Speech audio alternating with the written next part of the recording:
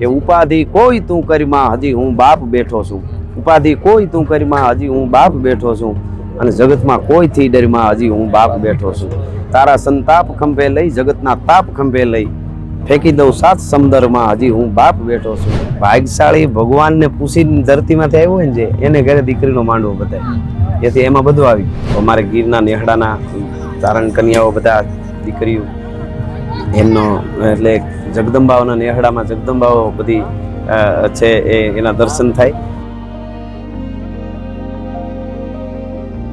કે સારું કરવા તમે આગળ વધો ને તો અસ્તિત્વ આપણી સાથે જોડાય.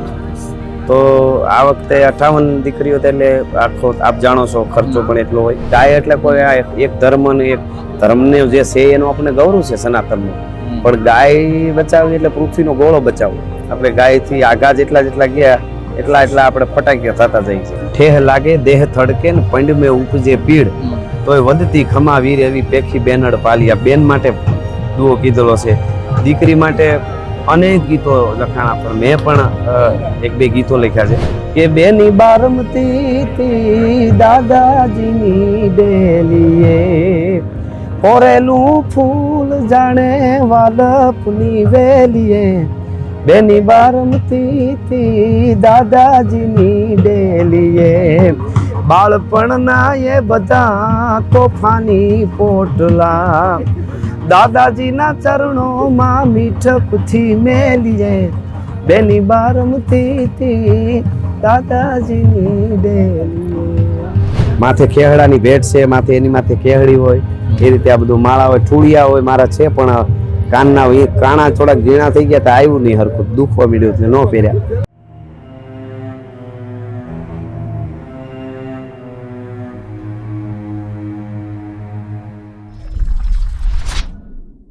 નમસ્તે દોસ્તો, હું છું હાર્દિક સિંગોડ.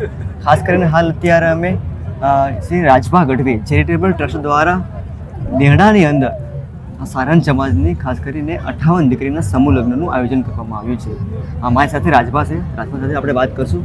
રાજભા, ખાસ કરીને આપ જે સમાજમાંથી આવો છો એ સમાજમાં 58 દીકરીઓના સમૂહ લગ્ન થઈ રહ્યા છે, શું કહીશું પહેલાં? બસ માતાજીની કૃપા, અને અત્યારે આપણે જાણીએ છીએ ફાસ્ટેગ યુગ છે, લોકોને સમયની પણ કિંમત એટલી જ છે, નાણાંની છે એટલી. તો એક સાથે એટલા લગ્નોત્સવ થઈ જાય તો લોકોનો સમય બચે, નાણું બચે, ભાડા બચે, અને ખૂબ થાય છે. આ દરેક સમાજ કાર્યો કરે છે, સેવાભાવી માણસો મોટા મોટા સમૂહ લગ્ન કરે છે.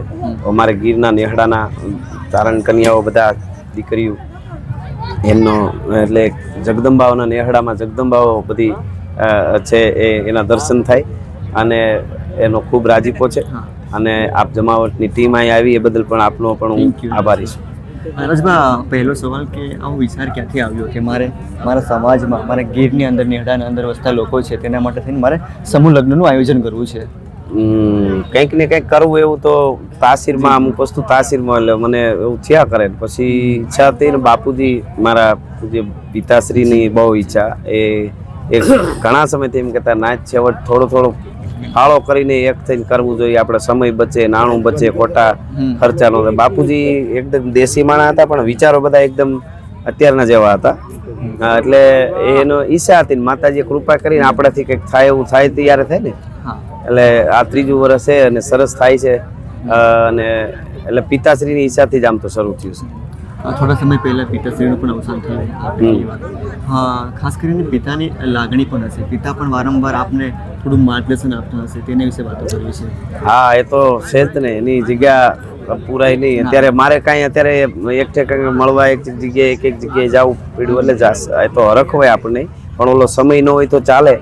પછી બાપુજી હોય તો અત્યારે એ આખી એને બધી ખબર હોય ક્યાં શું ચાલે છે. પણ હવે એ તો એના આશીર્વાદ અને એમની ચીંધેલી રાહ ઉપર ચાલવાની કોશિશ કરી, અને એ સાથે જ છે. હા રાજભા, મેં તમારી જે પત્રિકા છે એમાં પણ વાંચ્યું હતું કે તમામ દીકરીઓને તમે કરિયાવર પણ આપવાના છો, તે વિશે થોડી સ્પષ્ટતા. બસ આપણે જીવન જરૂરિયાતની વસ્તુ જેટલી હોય એ બધી આપણે આપીએ છીએ એમને, સીધું એના ઘરમાં જેટલી આપણે જોઈએ દીકરીને એ બધી વસ્તુ દઈએ છીએ. અને સાથે સાથે આપણે ગઈ સાલ દૂધની ગીર ગાયો બધી આપી હતી. માતાજીની દયાથી બધું સરસ થઈ ગયું હતું અને બહુ બધા રાજી થયા.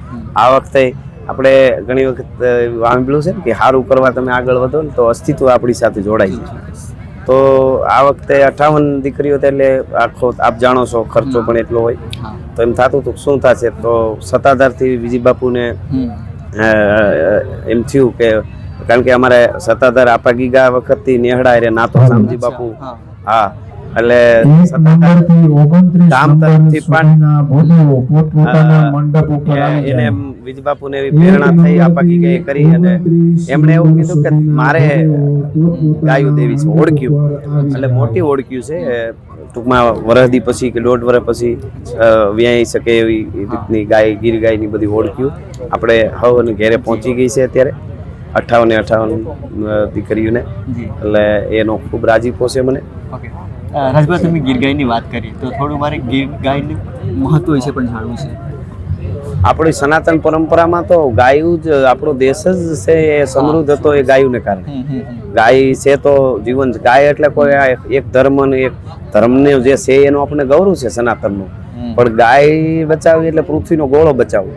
પૃથ્વીના ગોળાને જીવતો રાખવો ગાય આધારિત ખેતી. હવે અત્યારે આપણે જાણીએ છીએ રોગ કેટલા આવી ગયા છે, આપણે ગાયથી આઘા જેટલા ગયા એટલા આપણે ફટાક્યા થતા જાય છે. એટલે ગાયું તો આપણે ત્યાં ગાયુંના દાન દેવા એવા ગીતો છે શાસ્ત્રોમાં. ગાયું દેતા આટલા 1000 ગાયું ને આટલી ગાયું ને આટલી ગાય એવા તો દાન દેવાતા. તો એ જરૂરી છે બહુ, અને મેં શરૂ કર્યું, મને એમ થયું કંઈક કરવું જોઈએ. લોકો બધા એને ખૂબ સરાહે છે, એનો આનંદ છે. તૃતીય સમૂહ લગ્ન છે જી, પ્રથમ સમૂહ લગ્ન, દ્વિતીય અને તૃતીય શું આંકડો હતો સમૂહ લગ્ન? પહેલી વખત 14 દીકરીઓના લગ્ન હતા, બીજી વખત 19 દીકરીઓના હતા પોર, અને આ વખતે 58 દીકરીઓ છે. એટલે એકદમ ગ્રોથ જે થયો વધતું ગયું એનો રાજીપો છે જી. જ્યારે આપ દીકરીઓના સમૂહ લગ્ન કરો છો, નવ દંપતીઓ છે, પ્રભુતામાં પગડા વાળશે, ત્યારે દીકરીનું કેટલું મહત્વ ઘરમાં? દીકરી તો જેને ઘરે માંડવો બંધાય ને, ખાસ તો હું રાજીપો એટલે બહુ થાઉં છું. ભાગ્યશાળી ભગવાનને પૂછીને ધરતીમાંથી આવ્યો હોય ને જે, એને ઘરે દીકરીનો માંડવો બંધાય. એથી એમાં બધું આવી ગયું. પૂછ્યા વગર ઘણા ન નીકળી ગયા હોય, એમ પૂછીને આવ્યો હોય ને ભગવાનને, અને એને ઘરે દીકરીનો માંડવો બંધાય. એટલું મહત્વ છે દીકરીનું. ભારતમાં તો શું વાત કરવી, દીકરી પર તો કલાકો સુધી બોલી શકાય. અને દીકરી જ હોય એથી વધારે શું એનું વર્ણન કરવું. એટલે એનો રાજીપો છે. આ 58 માંડવા જોઈ અને એમ લાગે કે કંઈક પુણ્ય છે કે આપણે આવું કરી શકીએ છીએ. રાજભા, ઘણી દીકરીઓના આપ બાપ અથવા તો આપ એમના ભાઈ બનવાના છો, ત્યારે દીકરી વિશે મારે કોઈ દુહો, કોઈ સપા, કોઈ છંદ આપને મુખ્ય સાંભળવું છે, દર્શકોને સંભળાવવું છે. હા, એટલે ઘણા બધા ગીતો આપણે ત્યાં ગવાય છે. દીકરી વિદાયના ગીતો છે, દીકરીના ગીતો છે, અને દુહાઓમાં પણ કીધું છે. અમારા ગોવિંદભાઈ પાલિયાનો બહુ સરસ દુહો છે. ઠેહ લાગે દેહ થડકે ને પંડ મેં ઉપજે પીડ, તોય વધતી ખમા વીર એવી પેખી બેનડ પાલિયા. બેન માટે દુહો કીધેલો છે. દીકરી માટે અનેક ગીતો લખાણા, પણ મેં પણ 1-2 ગીતો લખ્યા છે દીકરીના. કે બેની બારમતી દાદાજીની ડેલીએ, કોરેલું ફૂલ જાણે વાલપની વેલીએ. બેની બારમતી દાદાજીની ડેલીએ, બાળપણના એ બધા તોફાની પોટલા, દાદાજીના ચરણોમાં મીઠકથી મેલીએ. બેની બારમતી દાદાજીની ડેલીએ. વાહ રાજભા, પિતાની લાગણી ઘણી હશે.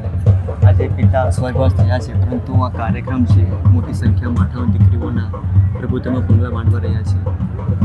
પિતાશ્રી પણ આપ જોઈ રહ્યા હશે સ્વર્ગમાંથી, પિતાશ્રીને પણ રાજીપો થતો હશે? બહુ રાજી હતા એ તો. એને તો 2 વર્ષ આ લગ્ન જોયું એટલે એનો વિડીયો પણ છે, આપ જેવા મીડિયાના મિત્રો ઉતાર્યા હોય કે હું હવે મને સ્વર્ગમાં કોઈ રોકી ન કે હોયો જાવ તો કાંઈ વાંધો નહીં. પોર જ એવું બોલ્યા હતા. એક પંક્તિ બાપ બેઠો છે.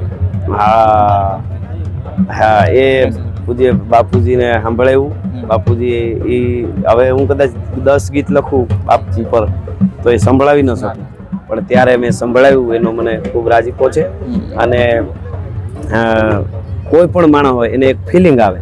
આપણે ત્યાં કોઈ પણ કામ કરવું હોય કે કોઈ આટી ઘૂંટી આવે જીવનમાં બાપ હોય ને એમ કે અરે હું બેઠો છું તું હુઈ જા. જી ચોક્કસ. એ ગમે એવડો માણસ ભલે બુઢો બાપ કઈ ન કરી શકતો હોય ને, દીકરો બહુ મોટો અધિકારી હોય, મોટો નેતા હોય કે મોટો થઈ ગયો હોય, એને આંટી આવે તો ઓલો ખાટલામાં બેઠો બેઠો કહીએ ખરો કે હું બેઠો છું. અને એનો જે પાવર, એની જે ઉર્જા આવે, એટલે મેં એ લખ્યું અને પછી બાપુજીને સંભળાવ્યું કે ઉપાધિ કોઈ તું કરીમાં હજી હું બાપ બેઠો છું, ઉપાધિ કોઈ તું કરીમાં હજી હું બાપ બેઠો છું, અને જગતમાં કોઈથી ડરમાં હજી હું બાપ બેઠો છું. તારા સંતાપ ખંભે લઈ, જગતના તાપ ખંભે લઈ, ફેંકી દઉં સાત સમંદરમાં હજી હું બાપ બેઠો છું, ઉપાધિ કોઈ તું કરીમાં હજી હું બાપ બેઠો છું. રસભા, મોટી સંખ્યામાં આજે આપણો સમાજ ભેગો થયો છે. જી ભાઈ. તમામ લોકો છે તે કંઈક અનોખા પહેરવેશમાં મળ્યા છે, એટલે આપણા પહેરવેશમાં મળ્યા છે. આપણી જે કલા સંસ્કૃતિ છે, આપણો જે વારસો છે જી. સારણ સમાજનો, હા. એના વિશે થોડું અમને. એટલે અમારે શું છે, પરંપરા જાળવવાનું વધારે. અમારે નેહાઈ ચારણો બધા છે નેહડાના, એમને ઘણી વખત એવું થાય, હું 58 દીકરીઓને લગ્ન કરું છું તો ચારણ બધા મારા માટે હરખા હોય, દરેક જ્ઞાતિ હરખી હોય, પણ એટલું જો આપણે ત્યાં કહેવત કીધી છે કે ઘરની ગાય ભૂખી મરે ગોંદરે નાખવા જાય, એમ આપણે શરૂઆત ઘરેથી કરવી પડે. માતાજી કરાવશે તો આગળ જતા દરેક જ્ઞાતિ નહીં કરશું. પણ અમારા સમાજમાં પણ નેહડાથી બહાર અમારા ઘણા ચારણો છે, એની મને ખૂબ લાગણી થાય. શું થોડું ગીરનું અમારા નેહડાના ચારણો અને બહાર હોય એમનો થોડો રિવાજ ફરી જાય, બધા એક જ છે તોય રિવાજને કારણે મારે આ નેહડાના ચારણો છે એટલાને જ આગળ શરૂઆત ત્યાંથી કરવી. કારણ કે સમૂહ લગ્ન એવી વસ્તુ છે કે એ રીતે કરવાના કે જે ઘરે એમને લગ્ન થાય એ પરંપરા એને મુકાવી કંઈક તો એમને ન મજા આવે. એટલે એ દેશી જે અમારો રિવાજ, દેશી પોશાક તમે જુઓ છો, ઘૂંઘટામાં દીકરી હોય છે બધા, વરરાજાને લાલ પાઘડી, લાડડો રૂડો વીર ઉભો વરરાજ,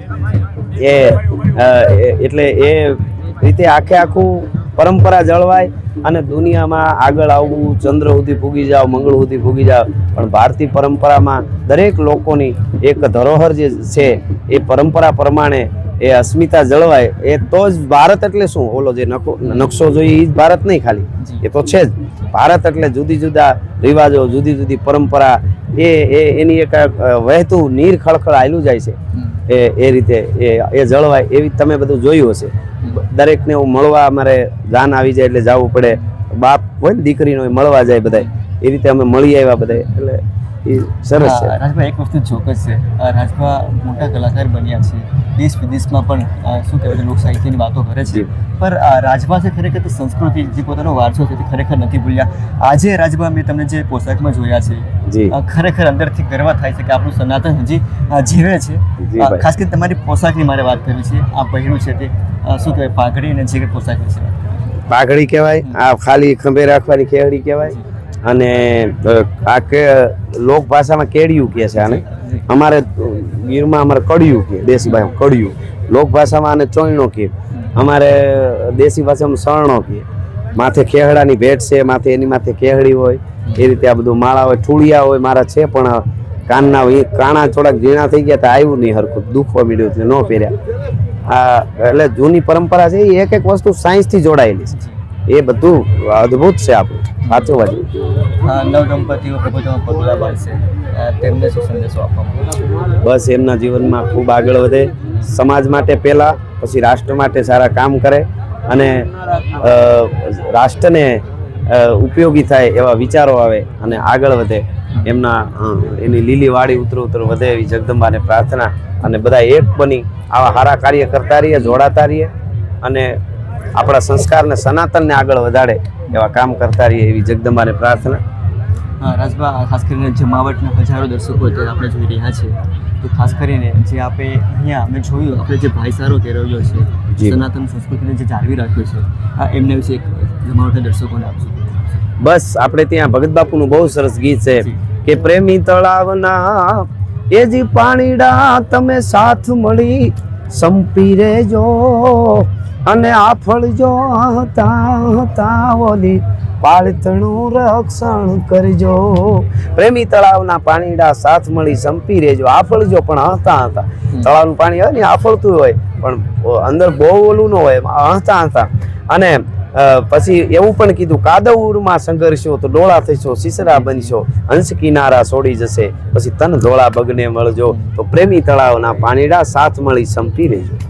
જ્યાં દોસ્તો આ હતા ગીરના સાવજ અને ખાસ કરીને ગીરના લોક સાહિત્યકાર રાજભા ગઢવીજીએ ખાસ કરીને રાજપરા છે ગીરની અંદર આવેલું છે ત્યાં 58 દીકરીઓના સમૂહ લગ્ન આયોજન કર્યું છે. પહેલા સમૂહ લગ્નમાં 14 લગ્ન હતા, બીજા સમૂહ લગ્નની અંદર 19 હતા અને ત્રીજા સમૂહ લગ્નમાં સીધો આંકડો છે તે 58 પહોંચ્યો છે. રાજભા ગઢવી સાથે વાતચીત કરી છે. આમને આમ પોતાના સમાજ માટે થઈ પોતાની સંસ્કૃતિ અને જે વારસો છે એને જાળવી રાખવા માટે સતત તેઓ પ્રયત્ન કરી રહ્યા છે અને આવનારા સમયમાં પણ આવું જ આયોજન થતું રહેશે એવું હાલ અત્યારે રાજભાનું કહેવું છે. ધન્યવાદ.